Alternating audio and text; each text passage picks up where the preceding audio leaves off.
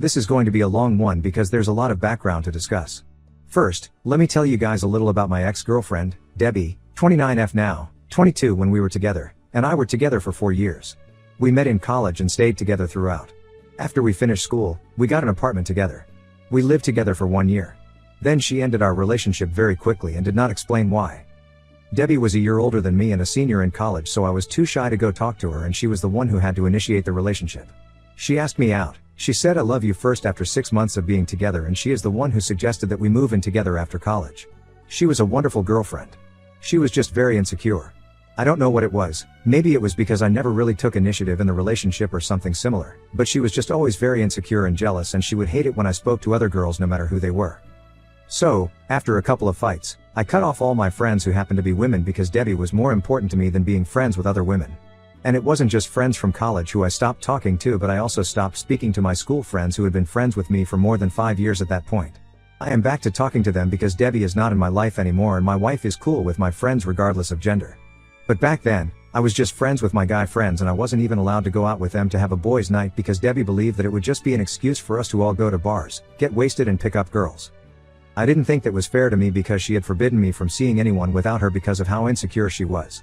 But I couldn't see how wrong it all was because I was too in love with her, and I felt like she was too. She would tell me all the time about how much she loved me and said that she couldn't live without me. She couldn't imagine a future without me and whatnot. So, I stayed, despite everything, because I wanted to marry her and be with her. That's all what I wanted. But with time, it became more and more difficult to stay with her since she just kept getting more suspicious and weirder about me. By the time we were living together, I couldn't do anything without her breathing down my neck. She would check my phone all the time. She would monitor my movements, and if I didn't update her on my location at all times, then she would threaten to lock me out when I came back home. So, by now, you guys have some idea about how toxic our relationship had turned by the time we broke up. I still somehow found it in me to stay with her, but then, surprisingly, she is the one who broke up with me, and it was over something insane, because it was just a small misunderstanding that led to our breakup. One day, my sister visited me without announcing her visit, which she usually did. Debbie wasn't at home when my sister, Lauren, 33, female, dropped by. Debbie was at a friend's place because she was allowed to meet her friends, and I wasn't allowed to suspect her. Anyhow, Lauren surprised me by dropping in unannounced, and I was so surprised to see her that I didn't even text Debbie to tell her that Lauren had come over, which I would have usually done. We got to talking, and we spent around 2 hours together at home, but then, all of a sudden, she received a call from her boss and had to leave to go back to work urgently. The thing that caused my breakup was, unfortunately, the lipstick that Lauren had left behind, which she had taken out to reapply it before she headed back to work. She was in a rush to leave, so she forgot it on the couch, and it was so small that I didn't notice it either. Then, Debbie came back home a little after Lauren left, and she seemed happy until she found the little lipstick. I still remember it as clear as day. She sat on the couch and sprang back up as soon as she sat, then grabbed the lipstick that she had sat down on, and I instantly knew that I was screwed, because there was no way in hell that she was going to let this one go so easily. I tried to downplay it and told her the truth instantly. I told her that Lauren had come over to visit during her lunch hours, and she had taken out the lipstick to reapply it because she had to go back to work. I explained this to her. She was rushing to go back home, so she had forgotten to put it back in her purse. But Debbie wasn't accepting any of my explanation. She just completely lost it when I told her Lauren had come over. "You're lying," she screamed at me. "There's no way your sister was here. You are making this up because you had some girl over here." I tried to remain calm and reason with her. "I swore that I was telling you the truth. Why would I lie about this?" Lauren stopped by unexpectedly during her lunch break. That Vassar lipstick she left behind. Debbie didn't believe me at all. She picked up a glass from the coffee table and hurled it across the room, shattering it against the wall. She told me that I was a liar and a cheat and that she had wasted 4 years of her life with me. I told her that she was acting completely insane. I told her that I was not lying and had never cheated on her. But she wasn't listening at all. The screaming insults just kept flying, calling me every vile name imaginable. I had never seen her in such a blind rage before. At one point, she even hurled her car keys at me, which thankfully missed and hit the wall instead. After nearly an hour of this intense back and forth screaming match, with no chance to get a word in or defuse the situation, Debbie finally hit me with the ultimatum. She told me to get out of her apartment that night. She told me that she was done with me and that it was over. I just stood there stunned for a moment. Was she seriously ending our 4-year relationship over this bizarre misunderstanding? But the crazed look in her eyes showed she absolutely meant it. Seeing no other options, I went to our bedroom to start packing my belongings into a couple suitcases and boxes. I gathered everything I could take with me. I couldn't believe this was how it was ending with Debbie after 4 years together. And over something so completely stupid. Within a couple of hours, all my stuff was packed up and I said one last goodbye, begging for her to reconsider and give me a chance to properly explain and make things right. But she just coldly told me to leave and never contact her again before slamming the door on my face. I felt devastated. I wound up crashing on a friend's couch for the next couple weeks in an absolute shock and depression. I could barely eat or sleep, just lied there replaying every memory with Debbie over and over in my mind. All the good times, all the laughs, all the intimacy and talks of spending our lives together, it was all over in an instant because of her jealousy and refusal to listen to reason. I tried calling her dozens of times to no avail. She blocked my number and all social media. Text messages went unread. At one point, I even went back to the apartment and banged on the door for nearly an hour before giving up and leaving a handwritten letter pleading for her to let me explain everything. When that failed, I reached out to Lauren and asked if she could try talking some sense into Debbie since I had told her about the whole innocent situation. But Debbie instantly accused my sister of lying to cover for me as well. You were probably in on it together. She apparently screamed before hanging up on Lauren. I felt so hopeless and like my entire world had shattered into a million pieces. How could someone I loved more than anything, who claimed to love me just as deeply, throw away years of commitment and perseverance over one small meaningless incident? More importantly, how could she flat out refuse to let me explain the truth and work through it? Didn't our relationship and my love mean anything to her at all? As the weeks dragged on, I knew I had to try and move forward, as impossible as that seemed. With the support of friends and family, I eventually pulled myself out of that dark spiral. I forced myself to start going through the motions of daily life again, getting out of the house, looking for a job, making attempts to casually date though my heart wasn't in it at all. Little by little, the clouds started to lift, but I will never forget the deep emotional trauma of having years erased in a blind fury without any chance for explanation or reconciliation. It was one of the most excruciatingly painful experiences of my life and really shook my faith in love for a long time. I just hoped that eventually the scars would heal enough to open my heart again to someone worthy of the trust and commitment I had for Debbie. Update number 1. It took several very long and painful months, but I finally started feeling like myself again after the devastating breakup with Debbie. With the love and support of my friends and family, especially my sister Lauren, the cloud of depression slowly began to lift. Then one random day around 7 months after the horrible blow-up with Debbie was standing before me with a very obvious baby bump.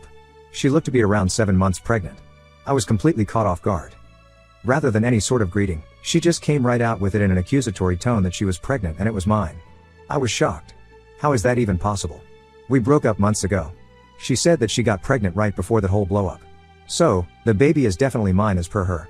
I didn't want to believe what she was saying. No way it was mine. But she instantly cut me off, that familiar anger flaring up. Don't even try denying it.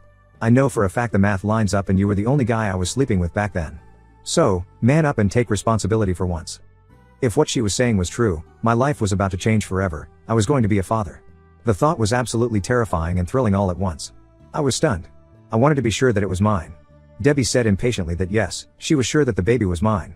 According to her, we had sex in like mid-August before she lost it and kicked me out. I suddenly remembered we did have one final intimate night together in mid-August right before everything fell apart so disastrously. Could she actually be right about the dates lining up? If so, that meant we made this baby before the big blow-up. Debbie's tone suddenly softening to one of pleading. I was angry and stupid, but this is so much bigger. We made a child together, whether you like it or not. And I want us to be a real family now. I gaped at her in shock as she continued. That's why I'm here, to ask you to marry me and we can raise this baby the right way, as parents who love each other like we used to. Just weeks ago, I assumed I would never see or hear from Debbie ever again after the traumatic way she ended things. And now here she was very pregnant, and proposing to me? I told her that I need time to process and think rationally about what's best. She instantly cut me off, getting angry again in an instant. What do you mean you need time? There's no time, you idiot. I'm 7 months pregnant with your damn kid and we're going to get married right now so our child has a stable home. I deeply regretted ever dating someone this irrationally volatile. Debbie jabbed her finger into my chest and said that if I won't marry her right now like a real man, she would take me to court and make sure I pay child support for the next 18 years whether I was in that kid's life or not. She was damn serious. Debbie had completely lost her mind here. How could she be demanding I either marry her this instant or she'll financially drown me? This was total insanity. I told her to calm down and told her that this was way too much for me to process or make any rash decisions about. I said that I was not saying no, I was just saying I needed some reasonable time to think this through. Think this through? She exploded, seemingly having a mental breakdown right there in my doorway. There's no thinking needed. This is your kid whether you accept it or not. I'm not giving you any kind of time. It's either you man up and marry me in the next week or I'll see you in court. End of story. With that unbelievable outburst, Debbie turned and stormed off down the hallway, leaving me leaning against the doorframe and feeling like I might actually vomit. After spending a couple of hours laying down, I attempted to look at things more rationally. I pulled out a calendar and started counting backwards from Debbie's claimed due date in June and cross-referencing it to when we had our final intimate encounter in August before the nasty breakup. And that's when I realized Debbie had to be wrong. The dates didn't actually line up at all based on how far along she seemed to be. In fact, if my math was correct, she got pregnant at least a month or more after we stopped being intimate and went our separate ways. which meant the baby couldn't possibly be mine like she was swearing up and down. I kept going over the dates again and again, trying to find any miscalculation that could make Debbie right. But I kept coming to the same conclusion: the timeline showed there was no way I was the father of this child. I felt a strange mix of relief that I wouldn't be an unprepared parent after all, but also frustration that Debbie seemed to be trying to dupe me in some way. When she showed up at my door again a week later, I was prepared to lay out the evidence and timelines to disprove her accusation that I fathered her child. I told her that I have looked at the timelines very closely based on the dates she gave me. And the reality is, there's no way this baby was mine. The dates don't add up at all. She looked momentarily stunned before the anger returned full force. What? What the hell are you talking about? Of course it's yours. I haven't been with anyone else for over a year before we broke up. I told her that that might be what she thought, but based on the due date, this kid had to have been conceived well after she and I went our separate ways. I would be happy to sit down and show her the math, but there's just no way this was my child, she shouted furiously, getting in my face. Just admit you knocked me up and be a damn man about this. I stood firm, refusing to be intimidated or allow her to bully me. I simply won't admit to something that's not true just because she wants it to be. If the dates matched up, I would absolutely take full responsibility. But they don't, so this baby cannot possibly be mine. Debbie kept ranting and raving at the top of her lungs, calling me every horrible name in the book. But I simply waited her out calmly until she was done with the tantrum and took a few deep breaths. She then glared at me through gritted teeth before spinning around and storming off again without another word. Her pride was too thick to admit any miscalculation or potential mistake. She seemed absolutely convinced she could bully and threaten me into just blindly accepting her claim. True to her word, I received papers from her lawyer a few weeks later filing for child support, custody rights, and even reimbursement for prenatal/childbirth costs since I was the father. I immediately contacted a lawyer of my own to fight this and present all the evidence disproving paternity. Over the next few months leading up to the birth, there were several court hearings and attempts to get an early paternity test, which Debbie actively fought against. She kept insisting she shouldn't have to prove anything since I was clearly the father. My lawyer had to keep tempering my anger at how determinedly convinced she was trying to scam and defame me. When she finally had the baby in June, the judge immediately ordered a paternity test as a first priority before any other matters could proceed. Debbie kept ranting and raving right up until those test results came back a few weeks later. I'll never forget the look on her face when the judge opened the envelope and said, "Based on these certified lab results, it has been conclusively proven that Mr. Smith is not the father of this child." It was the same dumbstruck, slack-jawed expression of someone who had their entire personality and worldview shattered into a million pieces in an instant. She didn't say anything, she just shook her head repeatedly in disbelief. My name was fully cleared exactly as I insisted it would be from the start. But there was no happiness or joy, just a sad unreality to the whole scenario. Part of me almost felt sorry for Debbie, watching a lifetime of delusions and fabrications crumble right before her. The judge immediately dismissed the case and all claims of custody or support against me. Debbie and her lawyer quickly ushered out of the courtroom in stunned silence. I don't know what she told people or how she explained the ruling, but I didn't really care either. Finally, after what seemed like a lifetime of accusations and drama, I was free and clear of any ties or wrongdoing connected to my toxic ex. It allowed me to take a deep breath and continue moving forward with my life without her insanity weighing me down anymore. Thankfully, I haven't heard a single peep from Debbie again since that day. I'm sure she's still trying to wrestle with the humiliation of having all her warped lies so conclusively exposed, and the reality of being a single mother with an unknown father in the picture. As for me, I did everything I could to be the reasonable, rational one despite her best efforts to drag me down. In the end, the truth prevailed.